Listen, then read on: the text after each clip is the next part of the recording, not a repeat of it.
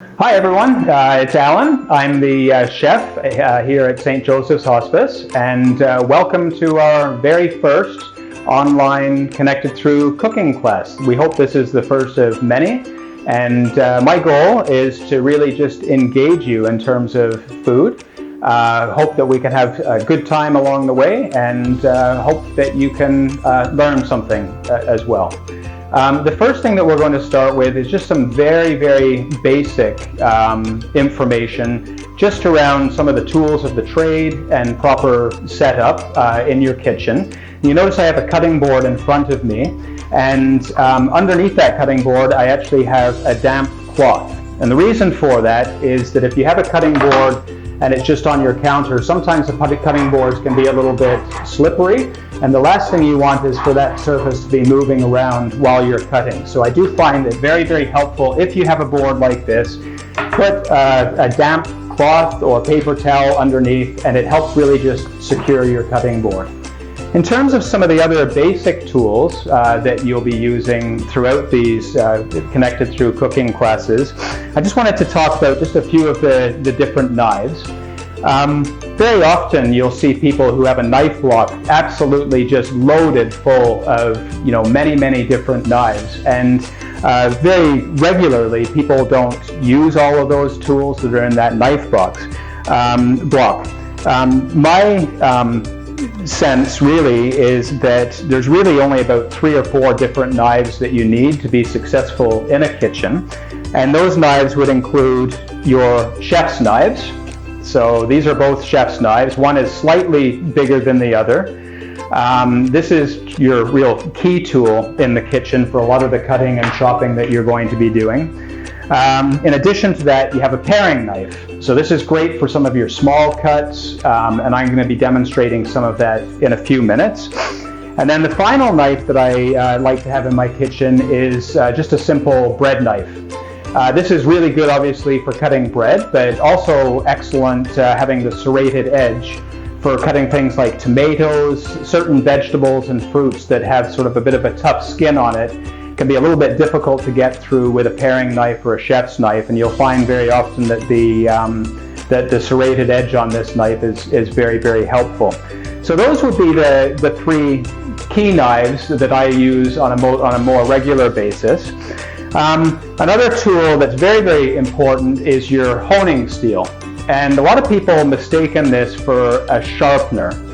When you use a steel, you're actually not sharpening your knife. What you're actually doing is you're just smoothing out the edge of your knife, giving it a nice crisp edge. You really should use a honing steel before every application of a knife. So before you cut anything, it's really good idea to actually hone your knives just to get that nice straight edge on. Again, you're not sharpening your knife. There is a difference between honing and sharpening. You should really only sharpen your knives probably every 6 to 12 months, depending on the amount of time that you're actually using your knives. But the honing steel you can use as often, and you should be using on a very regular basis. I'm going to show you this in just how to use this in just 1 minute. The other really critical piece of equipment in a kitchen, in my opinion, is a thermometer. And this is a digital read thermometer. And what you'll find is that having a thermometer is going to be really helpful in cooking many items in the kitchen. There's only one sure way to know that your meat is cooked properly or to your liking, and that is actually to get an internal temperature on the meat that you're cooking. So I would highly recommend, if you do not have one of these, to pick one up. Through this cooking series, I will be using a digital thermometer, and I'll be demonstrating how to use it. And if you do have any questions, I'm certainly happy to follow up with you if you'd like to reach out to us. So getting back to the honing steel, I'm going to just demonstrate with a chef's knife. There's several different ways to actually hone your knife, different styles. You'll often see certain people hold the steel upright and then draw their knife down like this. What you're looking for is about a 20-degree angle between your knife and the honing steel. You don't want to go too wide and you don't want to go too narrow. So about 20 degrees is what you're looking for. And you're drawing your knife down and down like that. So you'll see some people do it this way. The safer way to do it is actually turn your steel this way and then draw your knife down like this. And then you're not risking injury to your wrists or your hands by doing that. And the absolute safest way to do it is to put your honing steel down on your cutting board and to draw your knife down this way. That way, all body parts are safe. And what you really want to do is just, again, 20-degree angle, draw your knife down. You can do that probably about 10 times per side. And you'll find that makes a really, really big difference in terms of how well your knife will cut. You can do that with all of your knives, with the exception of knives that have a serrated edge. So I'm doing that now with my paring knife. You do not want to do that with a serrated edge knife because you'll wreck the edge on it. So a couple of other really important things to take note of before we actually start getting into cutting anything is proper knife skill technique. And I will use the chef's knife, my favorite knife, as an example. When you're holding the knife, you do not want to hold it like this. You do not want to hold it like this with your finger on the top. You don't have as much stability with your knife if you're holding it either with your finger on it like that or when you're holding it down the shaft like that. Best way to hold a chef's knife is to choke up on the knife so that you have basically your thumb and your first finger kind of hugging the blade, and you sort of choke up on it like you would a baseball bat, and you have a really, really good firm grip on it, and that gives you lots of stability when you're cutting. You'll notice that the chef's knife has a natural bend, natural curvature to it, and that is specifically designed so that when you're cutting, you're not cutting with a chopping motion like this. You're actually always cutting with a chef's knife using a rocking motion. So the tip of your knife rarely leaves the cutting board, and you're actually just cutting like this, almost like a rocking, sliding motion. And I'll demonstrate just on a few simple vegetables just to show you. So I've got some celery here, and oh yes, the other very important thing are your fingers. So when you're cutting anything, you always have to make sure that your fingers and your thumb are out of the way. So you don't want to be holding your vegetable and chopping like this because you're going to lose a finger very, very quickly. Always keep your fingers curled and your thumb out of the way. And essentially what's happening is as you're cutting, you're using kind of the knuckle of your middle finger as a guide. And so as you cut, your fingers kind of move and the knife runs just sort of down the knuckle of your finger, and you'll notice that my fingers are all bent in. So as the knife goes down, I don't stand any risk of actually cutting anything. So using a piece of celery as an example, I'm just going to cut the top and the bottom off. And you just lay your vegetable down carefully. Again, I've got my fingers well out of the way of the knife. I'm just going to use my knife and I'm going to just do a rocking motion like this. Down, down, down, down, down. And I'm not moving the piece of food that I'm cutting, I'm moving my fingers rather than moving the food. So as I get a little bit closer to my fingers, I'm sliding my fingers back.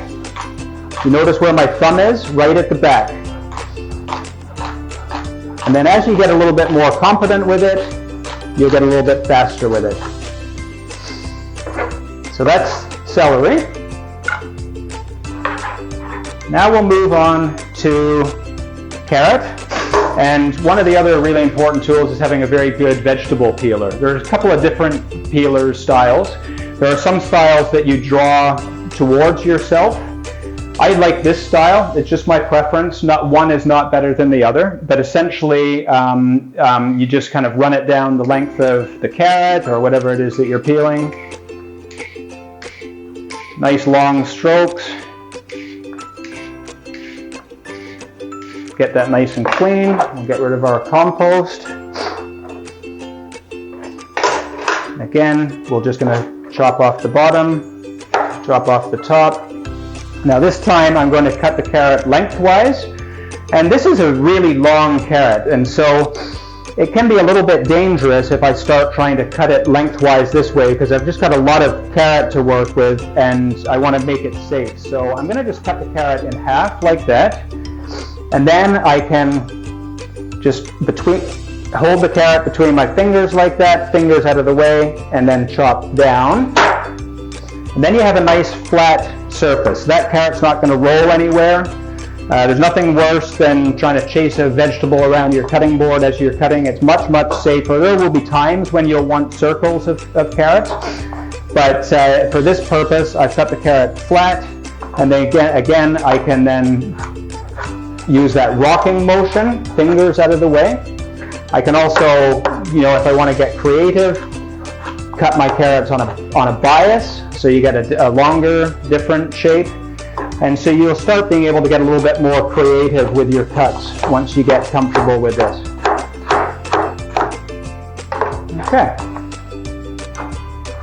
Now peppers. So there's a few different ways that you can cut peppers. I'll show you two different ways. Probably the way that many of you are familiar with is the style where you just cut the pepper straight down the middle like that. Then you have it nice and open, and then just using your fingers, you just peel out the seeds and the inside. This one is nice because it doesn't have too many seeds in it. So you've got your pepper like that. This is great if you're going to do stuffed peppers, and we're going to do stuffed peppers probably in the next few months. I'll give you a recipe for that. And then this gives you an opportunity. You can slice your peppers, again, fingers out of the way, just nice long lengths. And then you get the full kind of pepper. So this is good for stir fries, good for veggie dips and whatnot. The other way to cut pepper, and this is sort of my preferred way, again, not one way isn't better than the other, this is just my preferred, is I take the pepper and I just cut the top off, like that, turn it around, and I cut the bottom off, like that. And we're going to save these because I'm going to use them. And then very, very carefully, you can sort of see right through it, very, very carefully, I'm just going to take my knife and just run it into the flesh, and then it peels open. And then I can cut that in half just to make things a bit easier. And then I'm going to just ever so carefully just run my knife like that, get rid of the seeds and the inside, and I've got a beautiful piece of clean pepper to work with. And I can do that with this piece as well. So I haven't wasted anything at all. This top just pops right out. And then this gives me an opportunity now to make really, really nice uniform pepper strips. So I can cut my pepper, again, rocking motion, fingers out of the way, into nice uniform pieces, like that. Or if I want to do long pieces, I can do it like this. And then if I want to do a dice, I can take all my long strips, and then I can just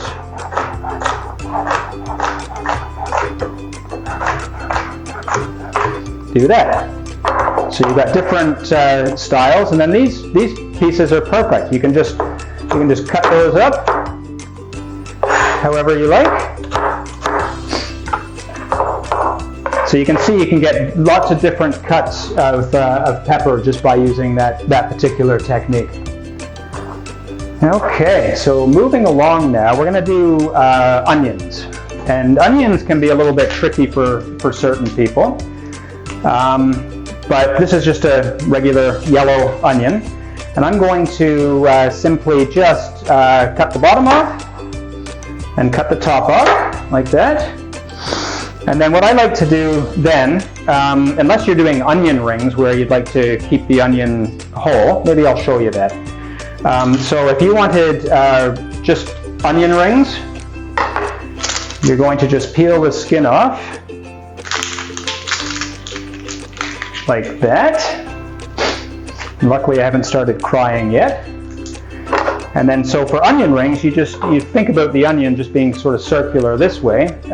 You would just cut the onion like that. And then you've got nice circular pieces. The other thing that you can do is then cut the onion straight down the middle this way. And then you can slice it this way. This is a good cut for stir fries. A little bit smaller, a little bit more manageable. You end up with pieces that are like that. And if you want longer pieces, then you just cut in the opposite direction. So these will give you nice long pieces.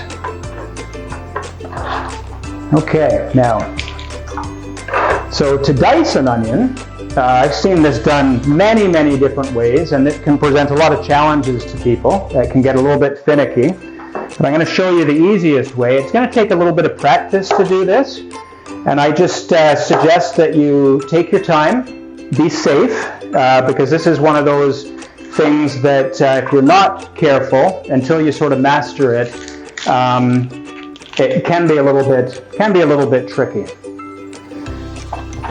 So I'm going to just peel the skin off for these guys, like this. And you'll notice that on an onion, when you cut it this way, you have the root end, and then you have sort of the non-root end. So it's really open on one side, and then it's kind of more attached at the root on the other side. So what I want to do to dice this onion is I'm going to be focusing on the side of the onion that's non-root. And the first thing I'm going to do is I'm going to use my knife, and I'm going to just cut into the onion, not all the way. I'll show you this in just a second. Again, fingers are out of the way. So I've cut the onion so it's open on that end and still attached at the root end. Now what I'm going to do is this is where it gets a little bit tricky. You're going to take your knife, keep the onion together, sort of pinch together with your fingers, and you're going to just cut into the onion sideways. Like that. And then you're going to go across that. If any of you have ever eaten at the Outback Steakhouse, and there's an appetizer there called the bloomin' onion, and they take an onion that's kind of prepared this way, and then they batter it and deep fry it. So this is sort of the same. They have a machine that does it. And then you're going to just cut across that onion. And then you have a perfectly uniform dice.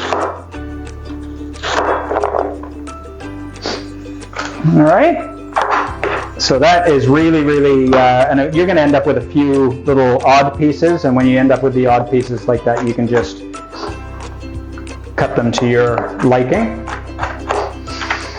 That dicing fine like this would be good if you were making something like an egg salad and you like sort of smaller bits of onion. That's the way that you're going to get a nice, nice thin dice.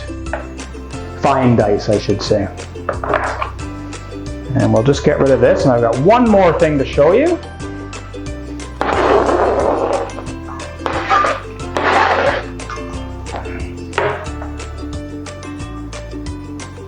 Okay, so garlic. So with garlic, again, garlic can be one of those things that can give people a little bit of a hard time.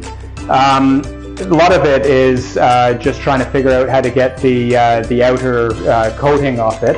I find one of the best things to do is actually to take your chef's knife, lay it flat over the top of the garlic, and with the heel of your hand, the palm of your hand, you're just going to give it a good little whack, like that. And by doing that, it loosens the skin, and then your garlic clove is ready to be cut. And so again, with the garlic, you're going to have an end that needs to be cut off. It's a little, it's a little unappetizing. So you can just give it a Nice little shave off the end. And then again, because this is sort of a little bit big and bulky, it might roll around a little bit. I find, again, just giving it another nice little whack helps kind of flatten it on the cutting board, and then it makes it a little bit easier to work with. And then if I want to dice this, again, fingers out of the way, thumb out of the way, I can just give it a nice fine dice like that. And then you can flip it on its side and then cut it crossways. And then you've got nicely finely diced garlic. Another really good technique, if you want to get that even smaller, is to utilize that rocking motion and put your hand on top of the chef's knife, and then you're just you're moving the knife within about a 45-degree angle. Like that. It's moving it around, and then you can use the knife just to kind of get everything back into place. And then just chop. Again, the palm of your hand is on the top of the knife, and you're just, again, the front of your knife never leaves the board. You're doing that. And then you've got nicely finely diced garlic. And that concludes the first of these lessons. I hope that was useful to you. We will, throughout this course, be utilizing a number of these techniques as we evolve into a few more complex recipes. So this class is a really good class. I would really encourage you to practice some of these techniques. It will certainly make your life easier and more enjoyable in the kitchen, and you will become much, much more efficient in terms of your food preparation.